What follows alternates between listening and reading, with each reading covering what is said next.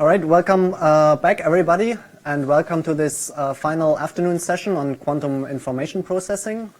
In case you don't know me because you are belonging to a different generation of ITAMP, my name is Hendrik Weimer.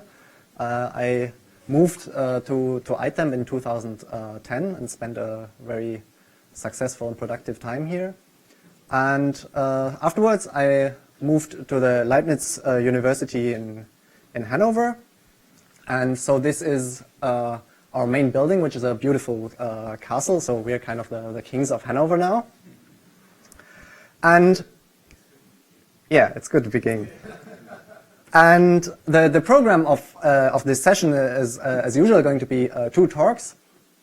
So the first is given by Maxime Shani on the topic of between integrability and ergodicity. And the second is Paola Capellaro, who will talk about control of hybrid systems for quantum computing and metrology.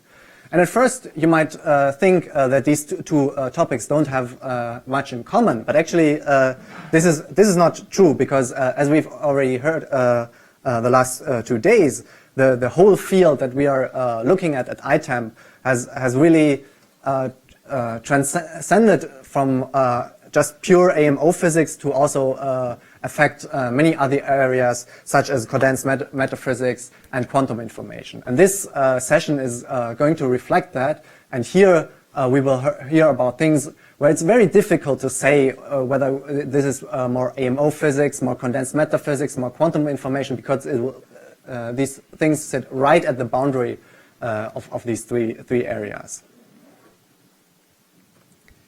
All right, and the motivation for this is coming from what we know as emergent quantum technologies.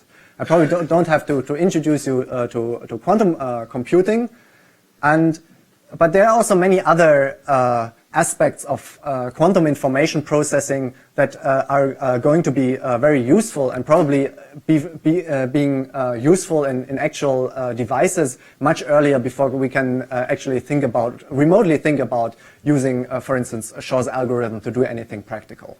And what I personally believe is the first thing where this is going to have a huge impact is the field of quantum simulation. And you know that simulating complex many-body quantum systems is extremely hard because of the exponential growth of the Hilbert space. And there are many interesting physical systems that we still do not have a good understanding of, and where quantum simulation might really make a difference. So one example is high-temperature superconductors. Another example is quantum magnetism. And another example, which is outside of the field of condensed matter physics, is actually in quantum chromodynamics. And particularly there, if you talk not about high energy states, but about low energy states like protons and neutrons and all the matter that is surrounding us, this is actually a very complicated many-body problem. And it's extremely hard to tackle that even with the biggest supercomputers that we might have available now, but maybe one day, if we can use quantum simulators, we can get more information even in areas such as QCD. Another area where quantum technologies will play an important role is the field of quantum sensors, and I will not say much about this because we will hear a lot of this in actually the second talk of this session by Paola, who will talk about all these things. And I'm very happy that she's here and giving this talk, because she's been really some of the driving forces between in these things, and both from the theoretical and also from the experimental side. All right, so to show you that actually these things like quantum computing, quantum simulation, and quantum sensing are actually just the same things, but just put in a different way. You can look at the very famous Di Vincenzo criteria for quantum computing, and compare that, say, to what you want to do in quantum simulation. So first of all, you need to have independent degrees of freedom, which we might call qubits just for comparison with quantum computing. But the same is also true if you want to, say, simulate a Manybody system. So then you want to have well-defined degrees of freedom which make up this system. And there's the question of quantum state preparation. So we need to initialize our system, no matter whether we want to do a calculation on a quantum computer or we want to make a simulation on a quantum simulator. And things like low coherence and efficient readout are also very important to have, both in the case of quantum computing, quantum simulation, or also quantum sensing. And since we typically don't want to talk only about single particles, but about many particles, we want to first be able to control their interactions so that we can get them to do something interesting. But at the same time, we don't want to have just two of them, but we want to have many of them. And this is currently where the biggest obstacle lies. And the current record is held by Reinhard Blatt's group on 14 trapped ion qubits, which have been entangled in the lab. So you might think, okay, so we want to scale up this these Manybody quantum systems, and we want to control them and want to do something useful with them. And therefore, we have to understand the dynamics that is going on there, because it's a highly non-trivial system, so we have to invest a lot of work there. But on the other hand, these complex Manybody systems are very interesting on their own. So they have very rich dynamics, and a lot of this has been addressed in recent years. First, in the context of a lot has been done in the context of condensed matter physics, but with the availability of BEC and ultra-cold atoms, a lot of this focus has actually shifted more to the AMO side of things. And now a lot of experiments can be done probing these Manybody quantum systems. And a very, very interesting thing that is going to happen there are questions like thermalization. So when we talk about, okay, we have collisions between ultra-cold particles, and then we say, okay, there's a collision, and then the system thermalizes afterwards. That's actually something that is a highly non-trivial statement. And this brings me to our first speaker in this session. So Maxime Orshani will talk precisely about these things arising at the interface between integrable quantum systems and non-integrable or ergodic quantum systems. And he has done a lot of work in this direction and helped us to understand under what conditions we can have things like thermalization going on in the system, that we can actually use such important concepts that might help us to deliver a better framework for treating these complex Manybody systems. All right, so let me also talk a little bit about what I've been doing in this area, and also first let me start what I mostly did before I actually came to ITAMP, because it was something that was really started by people at ITAMP, and we have already seen several times mentioned this Rydberg blockade, and I will not go into this again, but of course this has been shaped by people like Misha and Robin, and especially in these two extremely influential publications, which have really like transformed the field of Rydberg atoms and put it into the 21st century. And what I'm particularly interested in is having many-body effects in these systems. So we heard about that this extremely strong van der Waals interaction shifts this doubly excited state out of resonance, and we can, just by comparing to the strength of our laser driving, we can define a radius, a distance at which this is going to happen.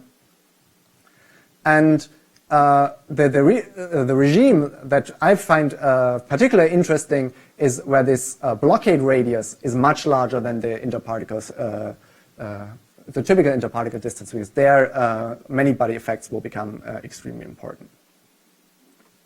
Another area I actually started to move into when joining ITAMP in 2010 is the field of NV centers in diamond. And for me, that was very, very convenient because NV centers are essentially like artificial atoms. So you also have like the same spin 1/2 description that you can also use for Rydberg atoms. So for me, it was really like you just use pretty much the same Hamiltonian and can get some very exciting results there. But something that's very, very different to say Rydberg atoms is that the interaction between different NV centers is actually quite weak because it's a magnetic dipole-dipole interaction. And this is typically incompatible with individual addressing. So when we talk about individual addressing, we mean usually optical addressing.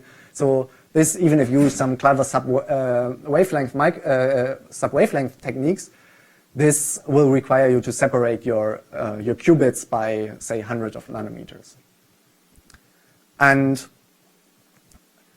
when I was here at ITAMP, Misha came up with a very good idea how one can overcome this problem. And the idea would be to not only use a single NV center as a qubit, but to look at ensembles and try to engineer some collective states in these ensembles. Because even if the single particle so the interaction between like this single NV center and one of them here in the ensemble, I mean, this can be extremely weak. And this in particular can be much weaker than any decoherence rate that you have in your system.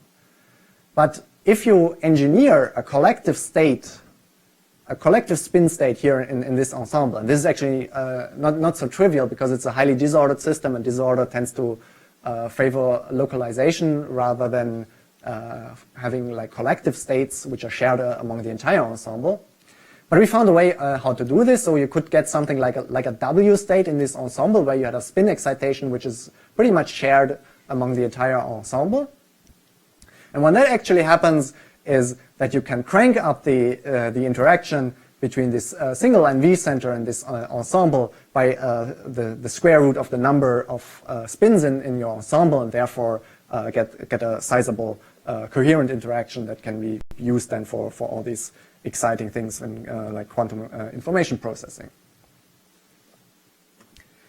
And when I try to look a little bit what is awaiting us a little bit further down the road, there's also something I started partly here at ITAMP. So if you think about quantum simulation, what we actually typically mean by that is, so we have the time evolution of some quantum state, so we have some Hamiltonian we want to simulate, but what we actually also need is a suitable initial state. So for implementing a particular Hamiltonian, I mean, we have tons of proposals which look extremely nice, and I'm absolutely sure this can be one day implemented in experiment. And so this problem of simulating or implementing Hamiltonian, this I would call it is solved, at least from a theory point of view. But the problem of engineering suitable initial states, this is something that is largely unsolved. So there are, of course, initial states that we can prepare very efficiently. Like if you have a Manybody spin system and you can do optical pumping in the system, you can just basically prepare a well-defined state where all the spins are pointing in one direction. So this is something that you can do, but it's not necessarily an interesting state. And here we are now starting to think about questions. I mean, how can one come up with better ideas to not only engineer Hamiltonians, but engineer quantum states? And there's a new tool on the market, and this is using controlled dissipation for quantum state preparation. So on the one hand, you might think, well, I mean, if I want to do something coherent with my system, and I want to have like a coherent or a pure state, then it might be an extremely bad idea to use dissipation. But actually, that's not true. I mean, there are instances where you can show that using some forms of dissipation that can steer you into a pure state, which has very interesting properties like entanglement or topological order or what you want to have. But this is something we are kind of starting in the beginning to think about, and also something I did here at ITAMP when I worked together with Misha Lemeshko. And what we looked at is shown here. We used the engineered dissipation to create a bound state between two particles. So this is not like a chemical bond which is held together by conservative forces, but this is a bond that is held together by dissipation. And you can see here from this numerical data, so this is like the coordinate of one particle, this is the coordinate of the other particles, and you see here this structures appearing which corresponds to extremely strong correlations in the distance of the particle and corresponding to this dissipative bound state. And the nice thing about this this dissipative approach to quantum state preparation is that it is more robust to noise. So unlike when you try to do state preparation coherently, where you just have basically a single loss event will transfer you to an orthogonal state and you are lost. But here you have the state that you want to have just appearing as an attractor state of the long time dynamics, and you just have to wait for long enough and get a very good approximation to the state that we want to have in the long time limit. So if some error occurs, you just wait a little longer and then you get back the state you want to have. But of course, now we are not even talking about coherent dynamics only, but we have dissipation in the system. So we have to treat this as an open quantum system. And this is an open many-body quantum system. And there is extremely little tools available that we can use, and these systems are not very well understood. But of course, this is also a new exciting challenge for theory to come up with new concepts where basically the methods, like the whole many-body toolbox that we have for closed quantum systems no longer applies. And this is something where I personally think is something really really interesting going to happen. And with this, I would like to stop here and ask the first speaker, Maxime Olshani, to join. Thank you.